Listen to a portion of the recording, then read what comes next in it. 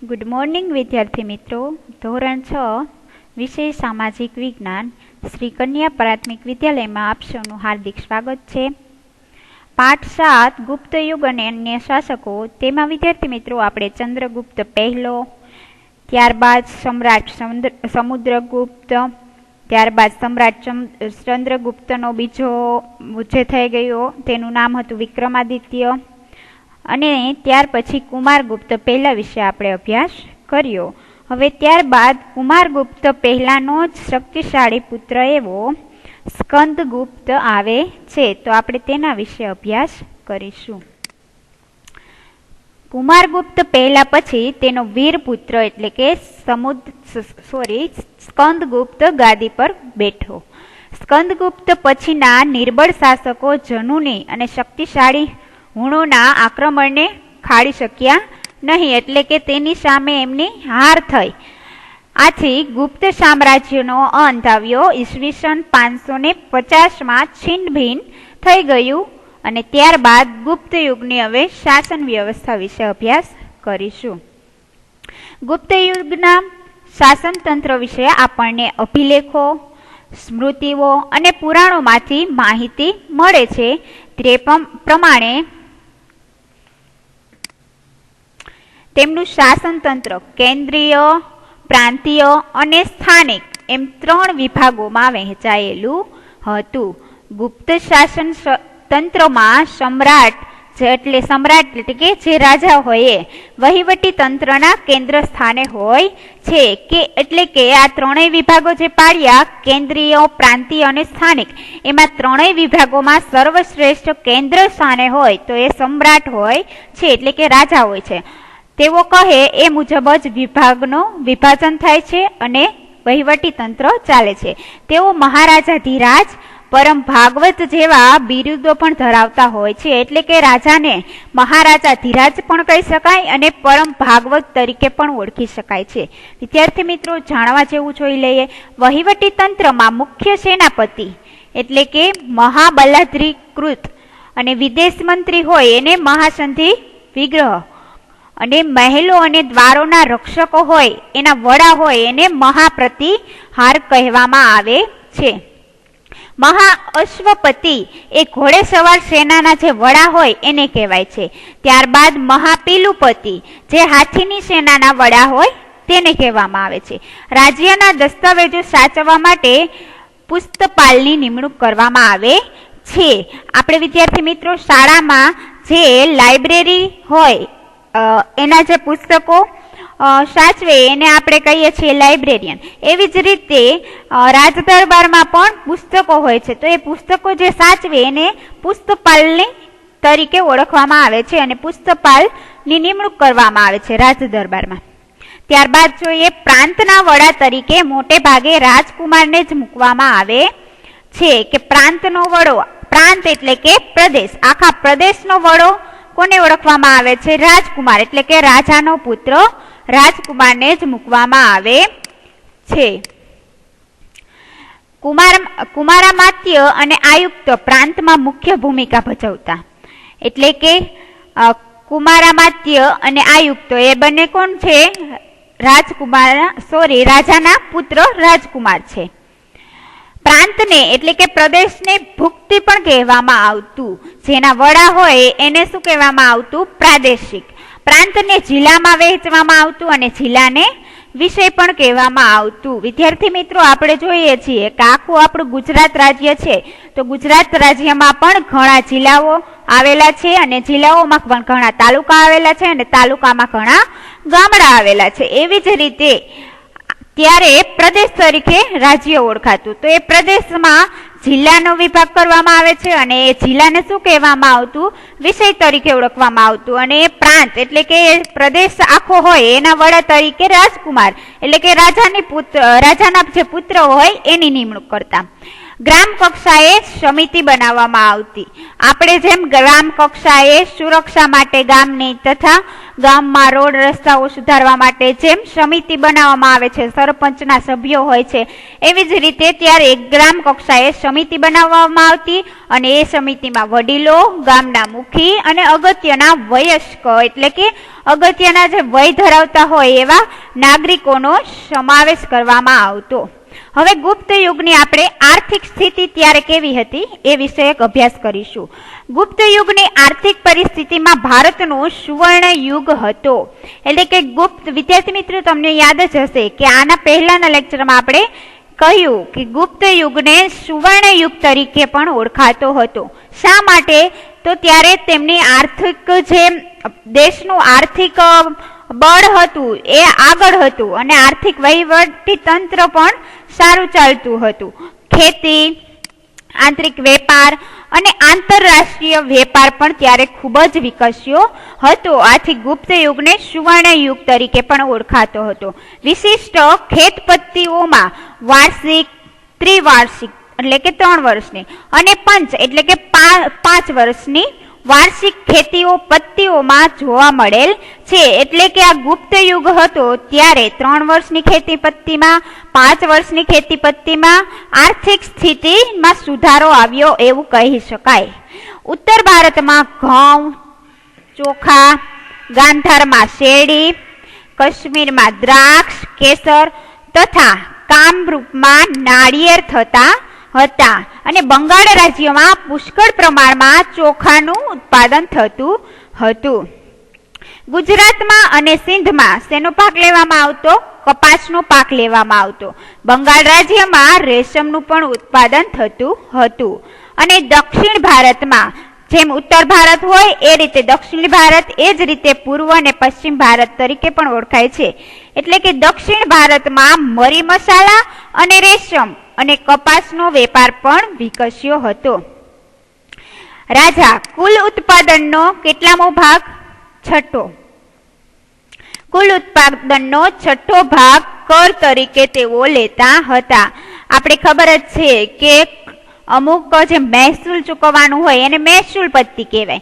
તો એ મહેસૂલ ચૂકવવાનું હોય પ્રજાને, કોને? તો રાજાને. કે આપણે જેટલું ખેતીમાં ઉત્પાદન આવ્યું હોય એ ઉત્પાદનનો 6 ભાગ આપણે કર તરીકે રાજાને આપવો પડતો. તો ત્યારે ગુપ્ત યુગમાં રાજા ઉત્પાદનનો 6 ભાગ કર તરીકે લેતા અને બ્રાહ્મણો અને મંદિરોને ભૂમિ દાનમાં આપવામાં આવતી હતી. બ્રાહ્મણો અને મંદિરોને ભૂમિ એટલે કે જમીન એ દાનમાં આપવામાં આવતી. આંતરરાષ્ટ્રીય વેપાર એ ગુપ્ત યુગની શું હતી? વિશેષતા હતી. ભારતથી સ્થળ માર્ગે મધ્ય એશિયા થઈને યુરોપ સુધી સુતરાઉ કાપડ, રેશમી કાપડ અને મરી મસાલાનો પણ નિકાસ થતો હતો. વિદ્યાર્થી મિત્રો, આયાત અને નિકાસ એ તમને ખ્યાલ જ હશે.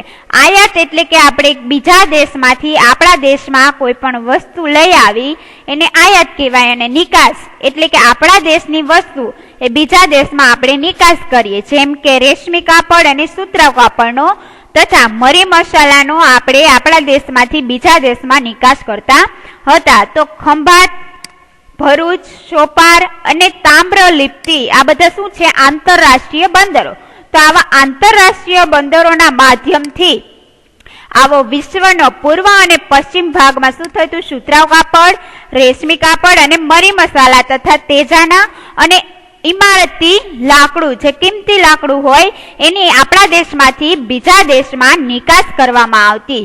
જે ભારત દેશમાંથી બંદરોના માધ્યમથી પૂર્વ પશ્ચિમના ભાગોમાં આ સુતરાઉ કાપડ, રેશમી કાપડ, મરી મસાલા, તેજાના અને આવું કિંમતી ઇમારતી લાકડાની નિકાસ કરતા ગુપ્ત યુગમાં. અને જ્યારે સોનું અને ચાંદી અને અન્ય ચીજોની આપણે શું કરતા? આયાત એટલે કે બીજા દેશમાંથી આપણા દેશમાં લઈ આવવામાં આવતું સોનું અને ચાંદી અને બીજી અન્ય વસ્તુઓ. ત્યારબાદ એની આર્થિક સ્થિતિ જોઈએ. હવે આપણે એની ધાર્મિક સ્થિતિ જોઈશું. ગુપ્ત યુગમાં હિન્દુ ધર્મ અને સંસ્કૃતિ પૂર્ણ કળાએ ખીલેલા જોવા મળતા હતા. કે ગુપ્ત યુગ હતો તે સમયમાં હિન્દુ ધર્મનો પ્રભાવ વધુ હતો. એની સંસ્કૃતિ પૂર્ણ કળાએ ખીલેલી જોવા મળતી. ગુપ્ત સમ્રાટો એટલે કે ગુપ્ત યુગના જે શાસનકાળો એટલે કે જે રાજાઓ ત્યાં શાસન કરી ગયા એ સમયમાં ગુપ્ત સમ્રાટો વૈષ્ણવ ધર્મને રાજ્યનો આખો ધર્મ, બધા જ રાજ્યોમાં શું માનતા? વૈષ્ણવ ધર્મને વધુ મહત્વ આપતા, એટલે કે એને દરજ્જો મળી રહ્યો હતો. પરિણામે વિષ્ણુ તેમના અવતારો શ્રી રામ અને શ્રી કૃષ્ણ આ સમયમાં મહદ અંશે પૂજાતા, એટલે કે વધુ પૂજા થતી ક્યાં ભગવાનની? શ્રી રામની અને શ્રી કૃષ્ણની, કારણ કે તેઓ વિષ્ણુ ભક્ત હતા. એટલે કે વિષ્ણુમાં પણ એક શ્રી રામ અને શ્રી કૃષ્ણનો અવતાર જોવા મળે છે એવું કહી શકાય. આ સમયમાં મહદ અંશે એટલે કે વધુમાં વધુ પૂજાતા. લક્ષ્મી દેવી તરીકે બહુ જ ખ્યાત થયા હતા.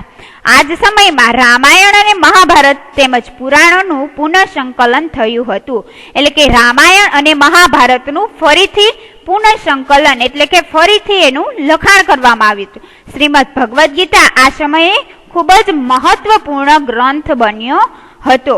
વૈષ્ણવ ધર્મની જેમ જ શૈવ ધર્મ એટલે કે શિવ ધર્મમાં માનનારા, શિવજીમાં માને એ શૈવ ધર્મ, તો શૈવ ધર્મ પણ ગુપ્ત કાળમાં વિકસ્યો હતો.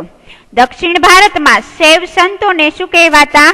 નયનાર તરીકે ઓળખાતા હતા, જ્યારે વૈષ્ણવ સંતોને અલવાર તરીકે ઓળખાતા હતા. મહિષાસુર મર્દિની જેને દુર્ગા કહીએ છીએ આપણે, એ દુર્ગાની પૂજા પણ પ્રચલિત હતી. સૂર્ય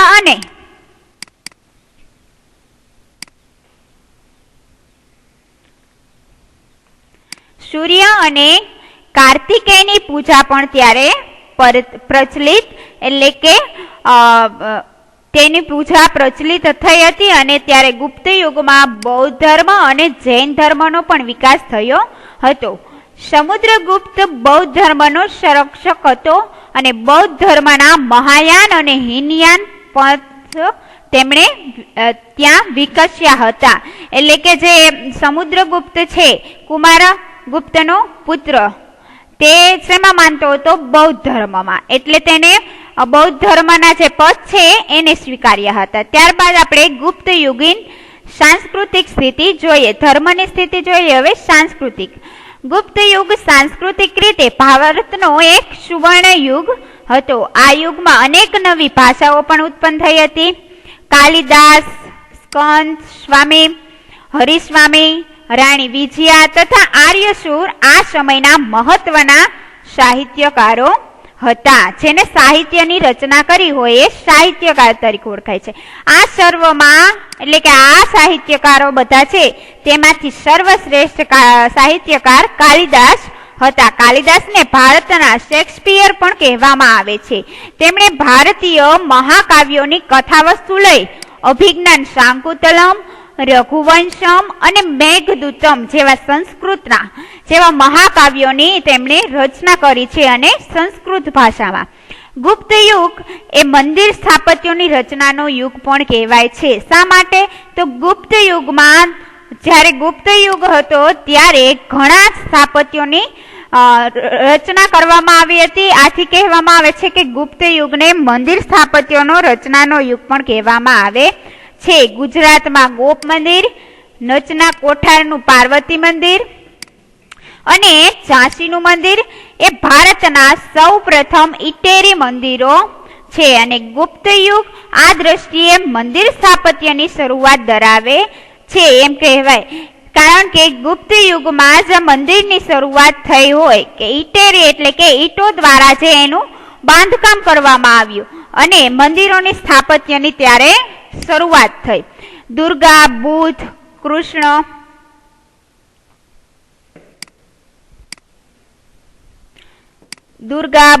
કૃષ્ણ અને શિવની મૂર્તિઓ આ કાળે મોટા પ્રમાણમાં બની હતી. ત્યારબાદ હવે આપણે ગુપ્ત યુગની વિજ્ઞાનની સ્થિતિ કેવી હતી તે વિષયક અભ્યાસ કરીએ. ગુપ્ત યુગની વિજ્ઞાનની સ્થિતિ. મહાન વૈજ્ઞાનિકોમાં જે આર્યભટ્ટ અને વરાહમિહિર આ સમયમાં થયા. કે મહાન વૈજ્ઞાનિક આપણે નામ જાણીએ છીએ કે આર્યભટ્ટ અને વરાહમિહિર, તો એ ગુપ્ત યુગના સમયમાં જ થઈ ગયા. આર્યભટ્ટે શૂન્યની શોધ કરેલ છે અને દશાંશપત્તિની શોધ કરી છે. જ્યારે વરામિહિરે બૃહદ સંહિતા નામનો ખગોળશાસ્ત્રને લગતો મહત્વપૂર્ણ ગ્રંથ લખ્યો છે. વાગ્ભટ્ટે આયુર્વેદ ક્ષેત્રે અષ્ટાંગ હૃદય સંહિતા નામનો મહાન ગ્રંથ લખ્યો છે. આ કાળ એટલે કે એ સમયમાં મનુષ્ય અને પ્રાણીઓ માટે વૈદક શાસ્ત્ર પણ વિકસ્યું હતું. હાથી ઘોડાની દવાઓ પણ ત્યારે શોધાઈ હતી. રસાયણ શાસ્ત્રનો પણ ખાસો વિકાસ એટલે કે વધુ વિકાસ થયો હતો. તેનું સર્વશ્રેષ્ઠ ઉદાહરણ દિલ્હી પાસે આવેલો છે મહેરૌલીનો લોહ સ્તંભ એટલે કે લોખંડનો સ્તંભ છે, જેને હજી સુધી કાટ લાગ્યો નથી કે એવો તાઢ તડકા તથા વરસાદ થયો 250 વર્ષ સુધી, છતાં પણ દિલ્હીમાં જે મહેરૌલી નામનો લોહ સ્તંભ એટલે કે લોખંડનો સ્તંભ આવેલો છે તેને હજી સુધી પણ કાટ લાગ્યો નથી એવું કહી શકાય. એ એક રસાયણ શાસ્ત્રનો ખાસો એક ઉદાહરણ ઓળખી શકાય છે. ત્યારબાદ આપણે સમ્રાટ હર્ષવર્ધન વિશે જોઈશું. ગુપ્ત યુગ પછી પ્રાચીન ભારતમાં મહત્વપૂર્ણ રાજ્યોમાં હર્ષવર્ધનનું રાજ્ય ગણાય છે. તેઓ થાણેશ્વરના પુષ્યભૂતિ વંશના હતા. વંશનું નામ શું છે? પુષ્યભૂતિ. પ્રભાકર વર્ધનના પુત્રો રાજ્યવર્ધન અને હર્ષવર્ધન હતા. પ્રભાકર વર્ધન એના પિતાનું નામ છે અને એના પુત્ર છે રાજ્યવર્ધન અને હર્ષવર્ધન. તો એમાં આપણે સમ્રાટ હર્ષવર્ધન વિશે. જ્યારે તેમની પુત્રી રાજ્યશ્રી હતી એટલે કે પ્રભાકર વર્ધનની પુત્રી રાજ્યશ્રી અને હર્ષવર્ધનની બહેન રાજ્યશ્રી કનોજના રાજા ધ્રુવ વર્માને પરણી હતી અને ગોડ રાજવી શશાંક અને માલવ રાજે રાજ્યશ્રીનું શું કર્યું? અપહરણ કર્યું અને રાજ્ય પર આક્રમણ. ક્યાં રાજ્ય પર? તો કનોજનું રાજ્ય જે કોણ સંભાળતું હતું? ધ્રુવ વર્મા. અને ધ્રુવ વર્મા કોણ હતો? રાજ્યશ્રીનો પતિ હતો અને રાજ્યશ્રી હર્ષવર્ધનની બહેન હતી. તો આવી મોટી કટોકટી જ્યારે ઊભી થઈ ત્યારે રાજ્યવર્ધનનું શું થાય છે? મૃત્યુ થાય છે અને રાજ્યશ્રીને બચાવવા જતા હતા ત્યારે રાજ્યવર્ધન કોણ છે? તો કે હર્ષવર્ધનનો મોટો ભાઈ અને ગોડ રાજવી શશાંક જે માલવ રાજે રાજ્યશ્રીનું અપહરણ કર્યું ત્યારે રાજ્યશ્રીનો મોટો ભાઈ રાજ્યવર્ધન તેમને બચાવવા જાય છે અને બચાવવામાં એનું મૃત્યુ થઈ જાય છે.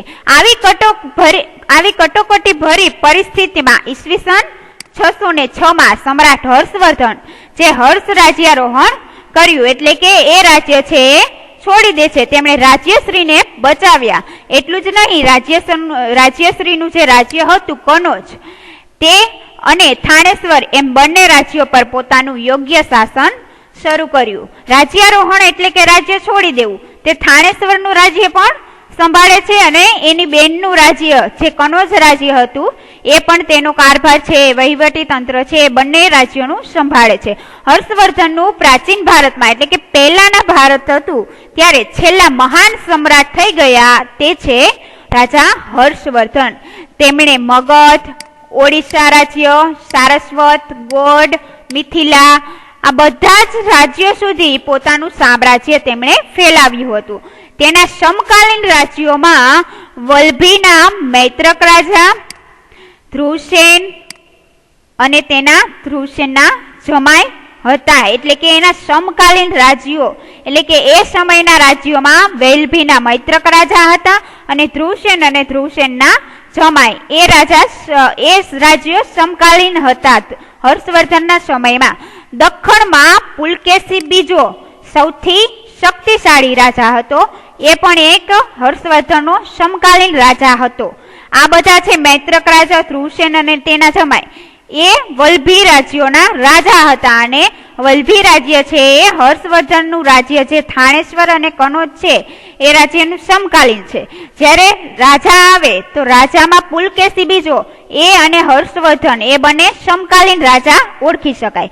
હર્ષવર્ધન અને પુલકેશી બીજા વચ્ચે જે યુદ્ધ થયું હતું એ નર્મદાના યુદ્ધમાં સમ્રાટ હર્ષવર્ધનનો શું થાય છે?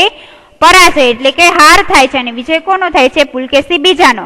હર્ષવર્ધન જે મોટે ભાગે નર્મદાથી ઉત્તરના શક્તિશાળી રાજા ગણાતા હતા. એટલે કે નર્મદાથી જે આગળનો ઉત્તરનો ભાગ છે એ બધું કોનું સામ્રાજ્ય હતું? હર્ષવર્ધનનું. તો હર્ષવર્ધનને નર્મદાના યુદ્ધમાં હાર થાય છે. આથી તે એ રાજ્યનો વિસ્તાર છે એ હારી જાય છે. સમ્રાટ હર્ષનું સાંસ્કૃતિક પ્રદાન બહુ જ અગત્યનું હતું. તેના સમયમાં મહાન ચીની યાત્રી જે યુએન સ્વાંગ ભારત આવ્યા હતા અને તેમના રાજ દરબારમાં તેઓ 15 દિવસ સુધી રહ્યા હતા અને તેઓ શૈવ ભક્ત એટલે કે શિવજીના ભક્ત હતા. અને પછીથી તે બૌદ્ધ ધર્મના મહાન અનુયાયી એટલે કે ભક્ત તરીકે ઓળખાયા. એક સભ્ય તરીકે બૌદ્ધ ધર્મની દર 5 વર્ષે પ્રયાગમાં શું કરતા હતા? ધર્મસભા પણ ભરતા હતા. ત્યારબાદ તેમણે કનોજ રાજ્ય છે એ કનોજ રાજ્યના માં જે ચીની મુસાફર યુએન સ્વાંગ આવ્યો હતો તે અધ્યક્ષ પદે એક ધર્મ પરિષદનું શું કરે છે? આયોજન કોણ કરે છે? હર્ષવર્ધન. પણ તેનું અધ્યક્ષ પદેમાં મૂળ કોનું છે? યુએન સ્વાંગનું. બુદ્ધની પ્રતિમાને એટલે કે એની મૂર્તિને હાથીની અંબાડી ઉપર તેઓ મૂકે છે રાજા હર્ષવર્ધન અને તેમની પૂજા કરાવી અને તેમની સ્થાપિત કરી હતી એટલે કે એની સ્થાપના કરી. મહાયાન અને હીનયાન એ જે બૌદ્ધ ધર્મના 2 પથો છે એ સંપ્રદાયો વિશે આ પરિષદમાં ગોષ્ઠી યોજાઈ હતી કે એના વિશે વાર્તાલાપ થયો. સમ્રાટ હર્ષવર્ધને સાહિત્ય, કલા અને વિદ્યા પ્રત્યે અનુરાગ રાખતો હતો. તેના દરબારમાં મહાન કવિ એવા જે સંસ્કૃતના મહાન કવિ બાણભટ્ટ પણ તેમાં સંકળાયેલા હતા, જેમણે હર્ષચરિતમ અને કાદંબરી જેવા 2 સાહિત્ય સંસ્કૃત સાહિત્યના મહાન ગ્રંથો લખ્યા હતા. મયુરભટ્ટ અને કવિ જયસેન પણ હર્ષના સમયમાં મહાન કવિઓ ગણાતા હતા. મયુરભટ્ટ અને કવિ જયસેન પણ બિરાજતા હતા એ છે બાણભટ્ટ અને તેને 2 જે ગ્રંથ લખ્યા હતા સાહિત્ય સંસ્કૃત સાહિત્ય ક્ષેત્રે તે હર્ષચરિતમ એટલે કે જે હર્ષવર્ધન વિશે લખ્યો હતો અને એક છે કાદંબરી. સમ્રાટ હર્ષવર્ધન પણ પોતે ઉચ્ચ કોટીના એક સાહિત્યકાર એટલે કે તેઓ પણ સાહિત્ય લખતા હતા અને તેમણે પ્રિયદર્શિકા, રત્નાવલી આ 2 નાટકોની રચના કરી હતી અને સાથે સાથે ભગવાન બુદ્ધની જે જાતક કથાઓ છે એ ઉપરથી નાગાનંદા નામનું વિશિષ્ટ નાટક પણ તેઓએ લખ્યું હતું. હર્ષ અન્ય દેશો સાથે પણ મૈત્રી સંબંધો બાંધ્યા હતા એટલે કે પહેલાના સમયમાં અન્ય સાથે યુદ્ધો થતા. ઘણા બાજુમાં જે સામ્રાજ્ય હોય તો એ સામ્રાજ્ય જીતવા માટે થઈને યુદ્ધો પણ થતા હતા. પણ હર્ષવર્ધને તો અન્ય દેશો સાથે અન્ય રાજ્યો સાથે તો પોતે મૈત્રી સંબંધો રાખ્યા હતા. સાથે સાથે વિદેશો સાથે એટલે કે અન્ય દેશો સાથે પણ તેઓ મૈત્રી સંબંધ પૂર્વક વર્તતા હતા. તેણે પોતાના દૂત મંડળને ચીનમાં પણ મોકલ્યા હતા. જે ચીની મુસાફર યુએન સ્વાંગ આવ્યો હતો તો તેને ચીનમાં પણ તેમના દૂતો એની જે મંડળી હોય સભ્યોની તેમને મોકલ્યા હતા. તે જ રીતે ચીનથી ભારતમાં અને ચીનના દૂત મંડળે મુલાકાત લીધી હતી. આ દ્રષ્ટિએ સમ્રાટ હર્ષવર્ધન એક ઉચ્ચ કોટીના શાસક પણ ગણાય, વિજેતા અને વહીવટીકર્તા તથા સાહિત્યકાર ગણાય છે. તેમણે નાલંદા વિદ્યાપીઠને નિભાવવા માટે 100 જેટલા ગામો તેમણે ભેટમાં આપ્યા હતા. વિદ્યાર્થી મિત્રો, આટલું રાખીએ. ત્યાર પછીનું પુલકેશી બીજો એ આપણે નેક્સ્ટ લેક્ચરમાં જોઈશું. Thank you.